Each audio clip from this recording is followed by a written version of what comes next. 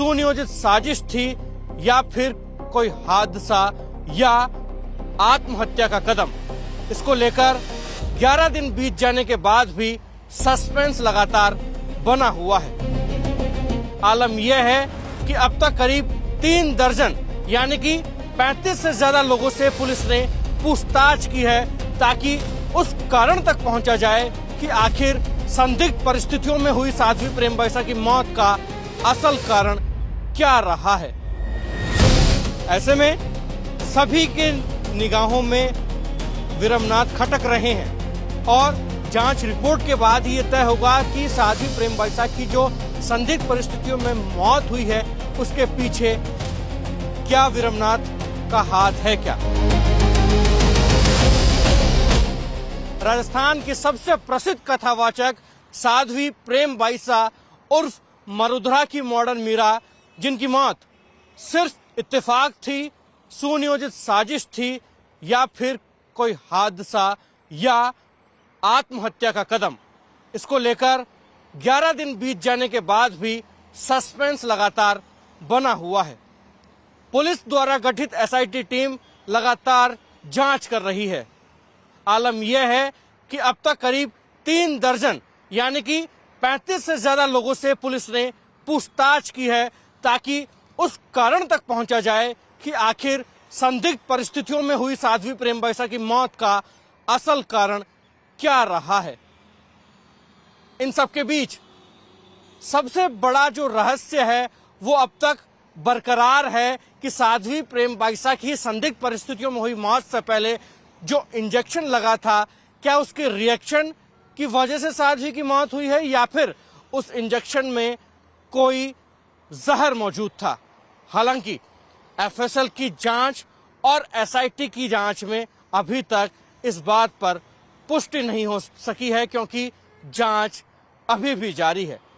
इन सब के बीच शक गहराता जा रहा है, लिहाजा साध्वी प्रेम बैसा को अंतिम बार इंजेक्शन लगाने वाले कंपाउंडर देवी सिंह राजपुरोहित से दोबारा पूछताछ हो सकती है, क्योंकि पुलिस जानना चाहती है कि अगर एफएसएल रिपोर्ट में पॉइजन पाया जाता है तो जो कंपाउंडर देवी सिंह राजपुरोहित ने इंजेक्शन लगाया था तो उसमें जहर दिया गया क्या, इस बात की जांच एसआईटी टीम करेगी। और अगर जहर दिया गया तो किसके कहने पर जहर वाला इंजेक्शन लगाया गया, इसकी जांच की जाएगी।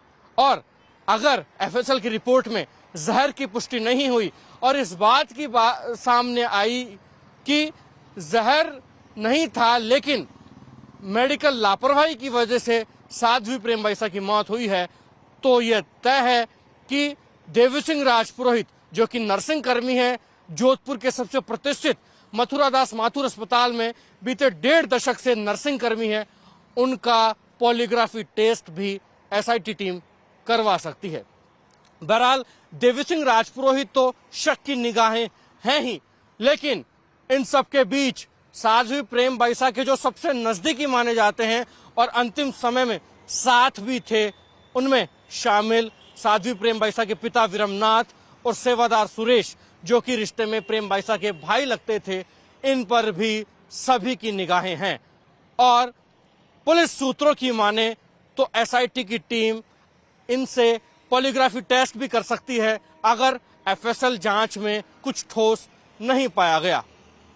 अगर इन दोनों किरदारों का पॉलीग्राफी टेस्ट करवाया जाता है तो ये तय मानकर चलिए कि कोई बड़ा खुलासा होगा, क्योंकि साध्वी प्रेम बैसा के पिता ही वो शख्स हैं जो लगातार कह रहे हैं कि साध्वी प्रेम बैसा लगातार अवसाद में थी, तनाव में थी और अंतिम समय में उनके शब्द थे कि पापा जीते जी तो मुझे न्याय नहीं मिला, लेकिन मरने के बाद मुझे न्याय दिलवा दीजिए।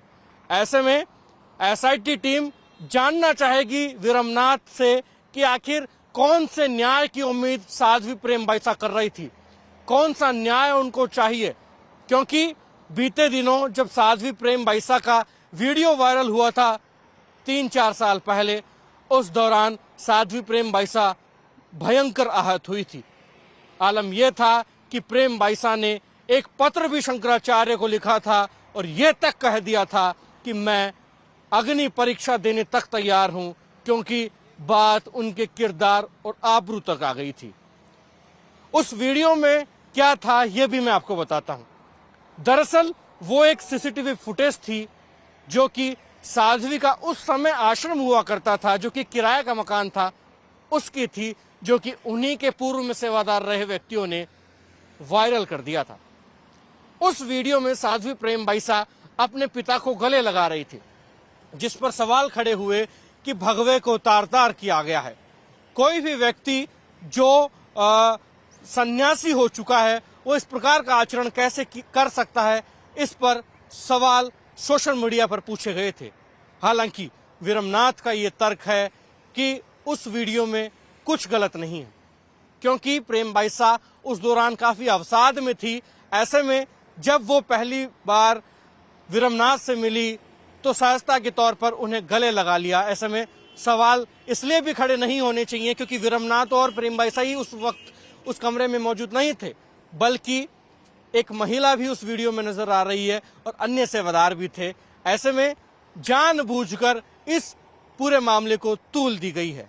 तो वहीं विरमनाथ जिस प्रकार से इस पूरे मामले में संदेह के घेरे में लगातार हैं, क्योंकि उन्होंने साध्वी का पोस्टमार्टम करवाने से प्रेक्षा अस्पताल में मना कर दिया था। उनका तर्क था कि साध्वी की संदिग्ध परिस्थितियों में मौत हुई है, ऐसे में अंतिम समय में डायरेक्ट वो पोस्टमार्टम के लिए उनका पार्थिव देह नहीं जाए, पहले आश्रम लेकर जाया जाए और तमाम साधु संतों की मौजूदगी में ही उनका पोस्टमार्टम हो, ये उनका तर्क है। लेकिन साध्वी के हजारों अनुयायी विरमनाथ को भी शक की निगाहों से देख रहे हैं। आलम यह है कि विरमनाथ को लेकर कई सवाल भी खड़े किए गए, और जब साध्वी प्रेम बैसा का समाधि पूजन उनके पैतृक गांव परेव में हो रहा था, जिसमें कई सारे जो विद्वान पंडित और तमाम जो साधु संत थे वो मौजूद थे, उन्होंने एक बात भी कही थी। मैं आपको बताना चाहूंगा कि उस दौरान चौहटन के जो मठाधीश थे महंत जगदीशपुरी जी, उन्होंने एक बात कही थी कि जिस प्रकार से साध्वी प्रेम बैसा के पिता विरमनाथ का आचरण सामने आया है, जिस तरीके से उन्होंने पोस्टमार्टम के लिए मना किया और प्रेम बैसा के सोशल मीडिया अकाउंट से पोस्ट करवाया है, उससे वे भी संदेह के घेरे में हैं। और जब तक जांच रिपोर्ट में वो दोषी या बरी नहीं पाए जाते, तब तक दाग उन पर भी बरकरार है। ऐसे में सभी के निगाहों में विरमनाथ खटक रहे हैं और जांच रिपोर्ट के बाद ही ये तय होगा कि साध्वी प्रेम बैसा की जो संदिग्ध परिस्थितियों में मौत हुई है उसके पीछे क्या विरमनाथ का हाथ है क्या, और अगर नहीं है तो फिर विरमनाथ का बयान इसलिए भी महत्वपूर्ण होगा क्योंकि प्रेम बैसा की मौत से पहले कौन कौन से ऐसे शख्स थे जिनके टच में वो आई, क्या कोई लगातार उन्हें ब्लैकमेल कर रहा था, या ऐसे कौन लोग हो सकते हैं जो इस पूरे साजिश के पीछे हो सकते हैं, क्योंकि लगातार विरमनाथ इस प्रकार के बयान दे रहे हैं। तो वहीं तीसरा किरदार है सेवादार सुरेश, जो प्रेम बैसा का भाई भी रिश्ते में लगता है। सेवादार सुरेश इसलिए भी संदेह के घेरे में है क्योंकि साध्वी प्रेम बैसा ने अंतिम समय में जो भोजन ग्रहण किया वो सेवादार सुरेश ने ही बनाया था। ऐसे में आशंका है कि उस भोजन में तो जहर नहीं मिला दिया था। हालांकि पुलिस ने तमाम साक्ष्य और सबूत मौके से, यानी कि जोधपुर का जो आरती नगर का आश्रम है साध्वी प्रेम बैसा का, वहां से बटोरे हैं और एफएसएल को सौंपे हैं। अगर उसमें किसी प्रकार का कोई शक दोनों एजेंसीज को नजर आया तो यह तय है कि सेवादार सुरेश का भी पॉलीग्राफी टेस्ट संभव है। जीरो हमने इन्वेंट किया, हमने बताया दुनिया को, जहां योग है वहां रोग नहीं। सबसे पुरानी सभ्यता है हमारी। गुलामी से तो और देश भी लड़े भाई, पर आजादी के लिए अहिंसा का रास्ता बस हमारा था। अपने पसीने से जमीन सींचता किसान और घर में घुसकर मारने वाले जवान, बस इसी मिट्टी ने जने हैं।